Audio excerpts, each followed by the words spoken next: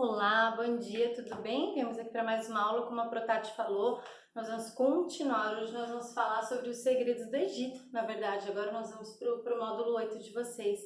Continuar mais um pouquinho nesse Egito, porque se a gente parar para pensar, foi uma civilização de 3.000 anos, então assim, tem muita coisa por aí. Mesmo falando que tem muita coisa por aí, na verdade, no campo da arte, ele não houve mudança. Lembra do que eu falei da palavrinha rigidez, da palavrinha regras, da palavrinha onde o artista ele não tinha muita liberdade, né, dos conceitos, na verdade? Então, isso que aconteceu. Aqui eu começo o slide, onde, na verdade, a apostila de vocês, inclusive, traz um texto falando sobre isso, né, que eles, como eu já falei, e se torna até um pouquinho, essa questão do, se torna prolixo, né, essa questão da crença dos egípcios e acreditar nessa vida pós-morte. Essa trajetória, ela é para eles, assim, na verdade, nessa lenda, nessa transição da vida após a morte, ou nessa volta, nesse retorno, né, ele na verdade, ele tem uma certa preocupação. Então, se a gente parar para pensar hoje, tem pessoas, hoje, como que você vive? Você vive pensando no que morrer? A gente está preparado realmente para isso, né? Então, na verdade, se você pensar psicologicamente, eles estavam preparados para isso, é que eles viviam praticamente pensando nisso, ok? Ó, primeiramente, a pessoa morta, aqui está falando sobre como era aquele contato com Anubis, né? Quando ele vai e coloca sobre uma balança o seu coração e uma pena. Então, vê o que pesa mais. Hoje seria mais ou menos o quê? Se eu vou para o céu ou se eu vou para o inferno. Então, na verdade, hoje seria o nosso juízo final com Deus, né? Na verdade, aquele tete a tete ali para ver para que lugar eu vou. Tá? Então, ali, na verdade, era até esse daqui, essa imagem que está ilustrando toda essa cena. Né, eles acreditavam na vida pós-morte, no entanto, essa era uma trajetória difícil e repleta de obstáculos. Primeiramente, a pessoa morta deveria convencer, né, o barqueiro a quem a levá-lo pelo Rio da Morte. Depois deveria passar por 12 portões vigiados, né, por serpentes e demônios. Talvez por isso os egípcios enterrassem amuletos de proteção junto ao seu corpo, até para se proteger contra esses demônios, né, contra todo esse trajeto, na verdade, que ele teria que passar. Certo? Ó, em seguida, ele deveria proferir as 42 confissões negativas aos 42 juízes, mostrando que agiu de forma correta na sua vida, certo? Somente depois disso que ele encontraria com Anubis, que faria a pesagem do seu coração. Então pensa, durante todo esse trajeto, olha a preocupação. Né? Então, assim, aí daqui a pouquinho, lá para o finalzinho da aula, a gente vai ver um pouquinho sobre a mumificação, a técnica utilizada, e ali a gente vai ver que até pensando nisso, eles colocavam algumas coisas junto ao seu corpo, né? Pensando nessa passagem, pensando nesse trajeto, ok? O texto aí, ele fala sobre o julgamento que foi ali representado naquele papiro, né? Nas tumbas, nos papiros, nos alaúdes e nas mortalhas. Seu motivo central é a pesagem do coração do morto. Então, assim, uma pesagem, a gente coloca o quê? Né? No prato de uma balança cujo contrapeso é o mate, né? O conceito egípcio da ordem correta, representada quase sempre por um hieróglifo, né? Uma pena de avestruz, ou melhor, é uma figura que é a personificação da deusa Mate, certo? Com a pluma cravada numa fita cingida ao redor de uma peruca. Tote, né? O deus escriba da sabedoria e da justiça, faz a pesagem diante de Osíris, que preside o tribunal de 42 juízes todos reunidos numa sala. Se o coração e Mate se mantém em equilíbrio, a prova é um sinal positivo. Não, peraí, ó, vou para um lugar bonzinho, né? E o morto é apresentado triunfalmente a Osíris. Agora, a sentença era dada em conformidade com Mate, tá? O que significava que em vida o morto havia tido um comportamento correto. Todo mundo desejava, claro, naturalmente, se você pensar hoje, você quer ir para onde? Tá? Evitar a condenação. E o morto tinha pronto uma declaração de inocência com respeito a todos os tipos de pecados. As cenas do julgamento mostram um monstro feminino chamado Devorador ou Devorador dos Mortos. Sua função era engolir os que fracassassem. Então, assim, tinha todo esse medo dessa transição, dessa cena, desse juízo final, na verdade, para os egípcios. Né? O que aconteceria depois? Ok? Então, é uma arte mortuária, se a gente parar para pensar. O que eles produziam? Tudo que eles produziam era para esse pensamento vida pós-morte. Né? Era uma linguagem para poucos, porque servia para quem? Era para todo mundo? Claro que não. Era para políticos ou religiosos. É uma figura que reunia essas duas possibilidades. Político e religioso era o faraó, porque ele era o enviado, né? Ele era praticamente o Deus aqui na Terra, certo?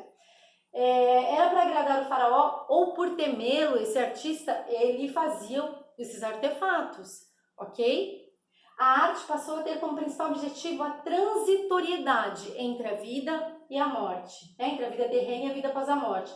Os egípcios acreditavam que o corpo tinha que ser preservado a fim de que a alma pudesse continuar vivendo. Então, por isso essa questão da técnica da mumificação, dessa ciência, na verdade, né, de preservação do corpo, da matéria, ok? Para continuar vivendo no além. Por isso eles impediam a desintegração do cadáver, graças a um elaborado método de embalsar e enfaixar com essas tiras de pano.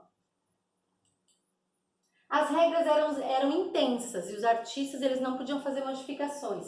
A harmonia, assim como o equilíbrio, eram buscadas de forma obsessiva por parte do artista egípcio. Era passível de pena caso o artista se comprometesse. Por exemplo, assim, aquela pintura, ela não ficou certinha. A regra da frontalidade, a lei da frontalidade, ela não está presente totalmente. Ele não está cumprindo com essas regras. Então, ele tinha que, né, ela morta, aconteceu alguma coisa bem triste com o artista. Ele não tinha liberdade, né? Ele não podia fazer nada errado, na verdade. Era passível de pena caso o artista comprometesse todo o sistema da manutenção da vida de quem ele estava retratando pós-morte, ok? A harmonia era atingida com a utilização de linhas simples, então quer dizer, primeiro que não tinha domínio técnico, segundo, era algo simplificado, porém rígido, não se esqueça dessa palavrinha. As formas obedeciam à lei de ver melhor. Lembra do que eu falei da lei da frontalidade? Biologicamente falando, melhor, naturalmente falando, não acontece aquilo. Mas eu tenho que ver os olhos, eu tenho que ver todas as partes do meu corpo, porque como que eu posso voltar e tá faltando alguma coisa, ok? O espaço não obedecia à perspectiva linear que conhecemos do Renascimento. Então, eu não posso pegar uma imagem, uma pintura egípcia e comparar com uma obra do Renascimento. Eu vou colocar Botticelli, vou colocar Michelangelo, Rafael, entre outros artistas aí. É impossível, né? Começando a falar pelos estudos, pelo conhecimento da ciência, ou melhor, pela perspectiva. Não tinha domínio técnico e nem necessidade, isso que não era isso que eles queriam, o objetivo deles não era esse, né? Eles esboçam figuras menores e alinhadas ao alto da composição para dar a sensação de profundidade. Então, para colocar algo, dar uma ideia de profundidade, eles colocavam acima várias pessoas. Isso lembra muito até as pinturas da Idade Média, né? Ali a gente está falando do século X, né? Na transitoriedade até a Idade Moderna. Então, assim, ainda tinham pinturas muito parecidas ainda com o Egito. Tá? Aqui, ó, para a gente ver bem a diferença. Tá bom? Aqui eu sei que só tem 3 pessoas, aqui tem, olha lá, plano de fundo, perspectiva, terceira dimensão, aqui ela é plana. Se eu colocar uma criança para pintar, ela não tem domínio técnico nenhum, eu falar assim, olha, eu quero uma pintura, mas em 3D, em 3 dimensões, altura, largura e profundidade. A criança vai olhar para mim e falar, aham, eu sei que alguns estão se identificando com a minha fala, mas para com isso, que vocês conseguem. Se a gente fizer um exercício com linha do horizonte, ponto de fuga, tá? Procure isso, ó, se você tiver tempo na internet, tem exercícios bem bacanas de fazer, tá bom? Que aqui a gente já consegue, mesmo aqui Botticelli sendo início de Renascimento, né? 300, 500, 400 e 500, daqui a pouquinho a gente chega lá. Por mais, né, que a gente já vai falar de Renascimento daqui a um tempinho, tá bom? Então, ó, só pra gente ter uma noção, tá? De épocas diferentes aqui e domínio técnico também, tá? Hierarquia social era uma marca da representação pictórica, não era qualquer um que era representado, não era qualquer um que era pintado, não era qualquer um que era, né? Então houve uma divisão aí hierárquica, isso é fato, e se a gente parar para estudar a história, estudar todas as civilizações, é fato, os menos favorecidos eles não eram retratados, tá? A figura do homem era sempre maior que a da mulher. Novidade para vocês? Não, né? Do que aí a mulher era do escravo e a do faraó maior que a de todos, claro, Deus na terra, né? Não poderia ser diferente, certo? A cor utilizada também eram cores fixas, então quando eu falo da rigidez, das regras, inclusive nas cores e não só nas formas, tá? Ou nas regrinhas. O homem sempre em tonalidade mais escura que a mulher, mesmo que na realidade isso não fosse verdade. Então assim, ela não era uma pintura naturalista, né? Ela não retratava aquilo que realmente era, tá? Eles criavam alguns conceitos e tinham que seguir, ok? Uma figura idealizada e não naturalista, conforme eu falei. Agora, monumentos mortuários. Então, só para retomar, certo? Então, o que eu tenho? O artista tinha liberdade? Não. Ele, inclusive, era passível de pena caso, né? Algo acontecia com ele caso ele quebrasse alguma regra, algum conceito, ok? Pinturas cheias de regras, de conceitos, lei da frontalidade, eu não posso usar. Se eu não consigo, eu não tenho domínio técnico para colocar uma terceira dimensão, então eu acumulo pessoas, Pessoas somente hierarquicamente importantes eram retratadas, pessoas assim, aí a gente pode falar em termos de hierarquia, faraó maior, depois vinham os homens, as mulheres, depois os escravos e assim por diante, ok? Então, monumentos mortuários também eram feitos por pessoas comuns? Sim, mas assim, a gente pode falar que também tem muitas partes que eram feitas por pessoas que tinham domínio técnico. Quando a gente fala do artista e do artesão, são profissões diferentes? São profissões diferentes. Os dois têm que ter habilidades? Os dois têm que ter habilidades. Um pouquinho mais de criatividade, o outro um pouquinho mais de domínio técnico, ok? Não desmerecendo nenhuma profissão, ok? São importantíssimos. Mas o artesão, ele estava muito mais presente na história da arte. Não que o artista não esteja, o artista esteve presente em todas, mas eu falo assim, quando a gente fala em produção em massa, ok? Tudo bem? A pirâmide de Djoser, conhecida também como a pirâmide de degraus, como eu falei já na aula passada, vocês já viram, tá? Ela foi edificada para o sepultamento para o faraó Djoser, aproximadamente, mais de 2.700 anos antes de Cristo, tá? Ao nordeste de Mênfis. Ela é apreciada como a primeira pirâmide do Egito, então quer dizer, é a mais antiga, ok? Ela existe 6 túmulos egípcios ali dentro, 6 mastabas, de dimensões decrescentes, uma sobre as outras, que formam essas pirâmides, tá? E sua parte interior é relativamente pequena comparadas às de Khafre e a de Quéops. Então, assim, a parte de fora dela é grande, mas dentro ela é um pouquinho menor, ok?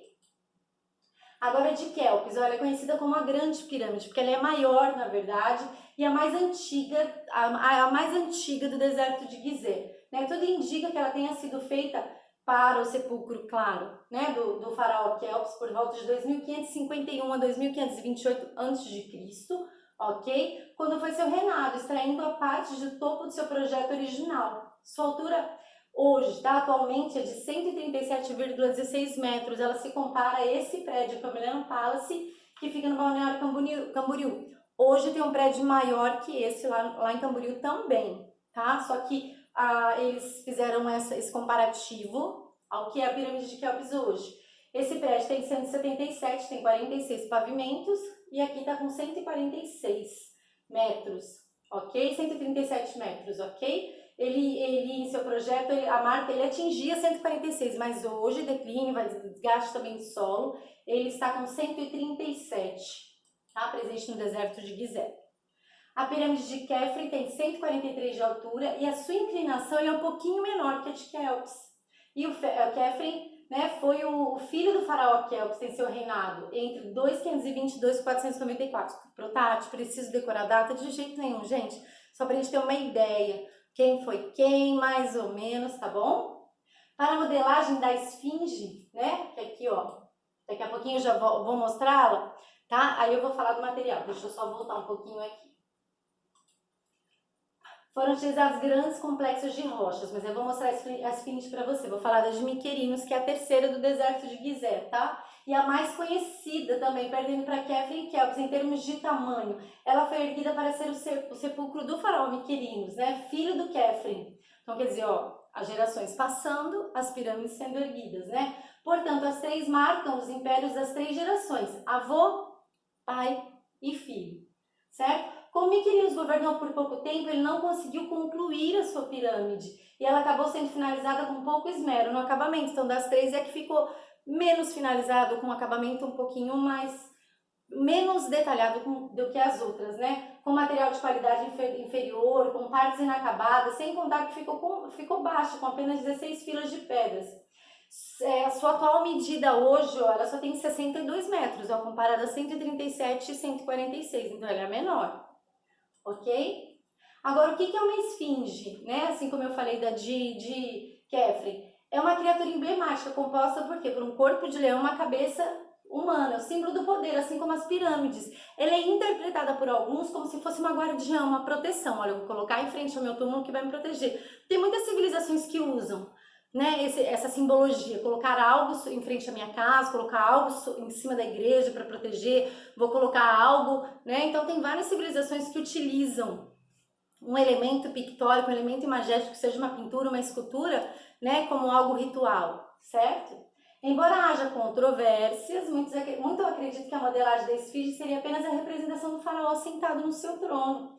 Ela possui duas entradas de aproximadamente 12 metros cada. A primeira entrada está localizada no alto e a segunda logo abaixo da primeira. Tá?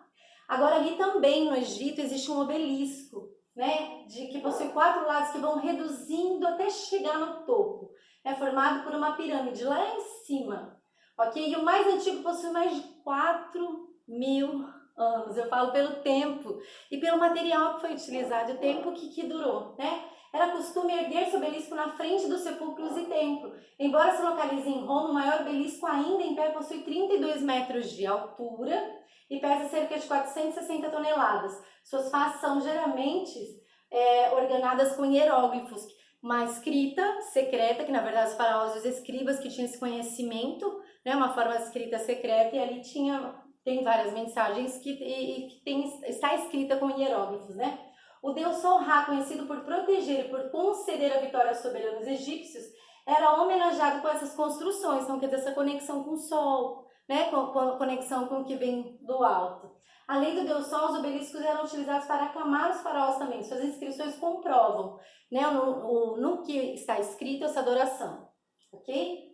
Aqui a técnica da mumificação, ficou atrás, me perdoa. Compreendida como um método de conservar artificialmente o corpo das pessoas e animais mortos.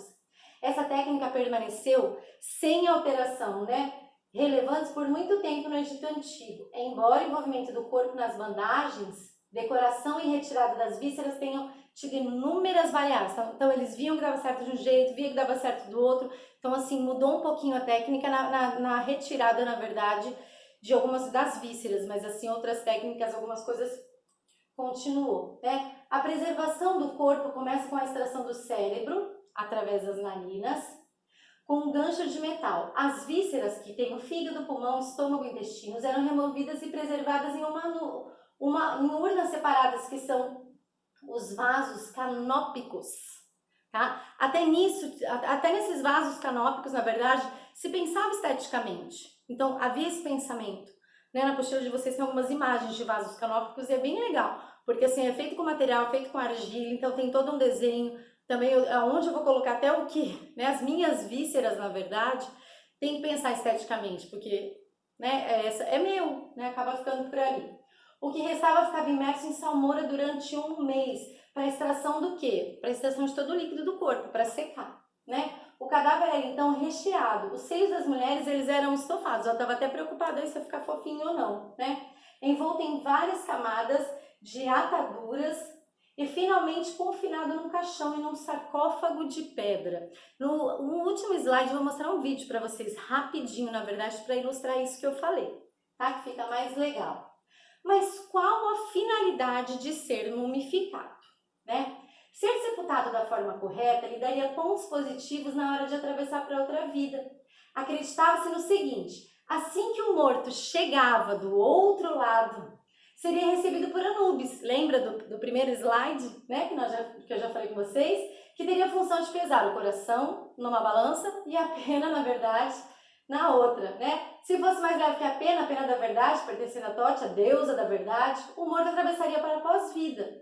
Caso contrário, seria comovido por Amute, o crocodilo monstruoso. Forte, né? Também acho. Em alguns casos, Osíris, que é o deus da imortalidade, fazia um questionário com o morto. Ainda que Anubis afirmasse, ao mesmo que Anubis falasse, não, gente, pode deixar. Ele, tá tudo bem com ele. Afirmasse que o coração dele era pesado demais, ponderando se o indivíduo merecesse ser devorado por Amute ou se poderia retornar à vida. Para que tudo isso desse certo, o corpo precisa estar em bom estado. Por isso fazia-se o processo de mumificação. Vocês entenderam o que era necessário? Então não adianta fazer tudo isso e não cuidar bem do seu corpinho, porque eles pensavam assim, tá? Se você chegar lá faltando um pedacinho, ou um pedacinho mal feito, como que eu vou me apresentar para esses deuses, né? Como que eu vou falar com eles? Como que eu vou justificar que tá tudo bem, tá tudo certinho, se não é bem assim? Certo? Tem que pensar nisso também. Aqui agora eu vou passar um vídeo rapidinho para vocês, tá bom? E que vai falar um pouquinho sobre o processo de mumificação. Mummification was developed by the ancient Egyptians to preserve their body for the afterlife. Typically, all internal organs were removed before mummification, with the exception of the heart, but in this case, the heart was removed and the lungs were left intact.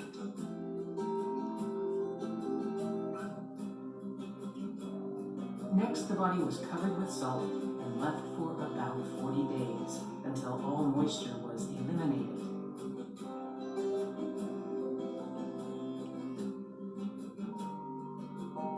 Perfumed oils and plant resins were rubbed on the body.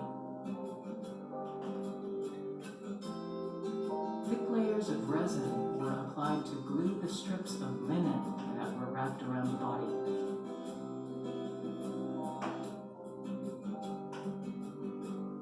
The mummy was placed on a wooden board and more wrappings bound them together.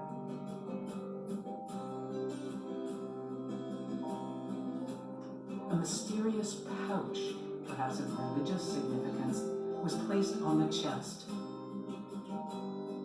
A mummified ibis, a wading bird with a slender, down-curved bill, was placed on the abdomen.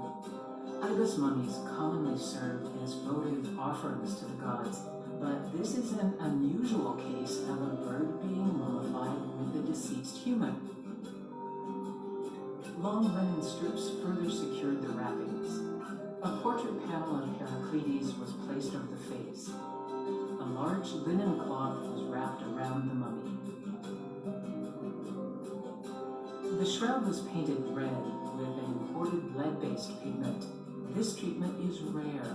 Very few red shroud mummies are known to exist. Egyptian symbols of protection and rebirth were painted on the outer cloth with pigments and gold. Finally, Heraclides' name was written in Greek at the feet. Thanks to this remarkable mummification process, Heraclides' body is with us today.